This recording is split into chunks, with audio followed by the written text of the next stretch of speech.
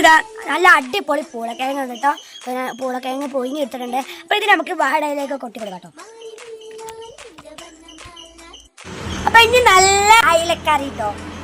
നമുക്കിത് പാർന്ന് കൊടുക്കാം. നല്ല അടിപൊളി കിടക്കാച്ചി അയിലക്കറിയാണ് കേട്ടോ. നല്ല കാന്താരി ചമ്മന്തി കേട്ടോ. നമുക്കിത് ചെടുക്കണേ നല്ല രസം ഉണ്ടാവുള്ളൂ. ഇനി നമ്മൾ ഒരു സാധനം കൂടി നമ്മളെ അയിലമീൻ പൊരിച്ചത് പറ്റും.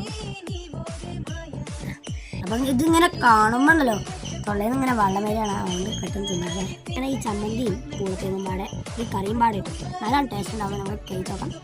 ഇങ്ങനെ ഇതിമ്മൊക്കെ ആക്കിയിട്ട്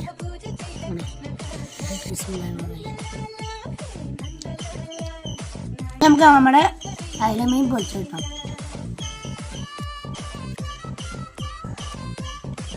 ഒരു രക്ഷയിലട്ടോ കിടക്കാച്ച കിട്ടും.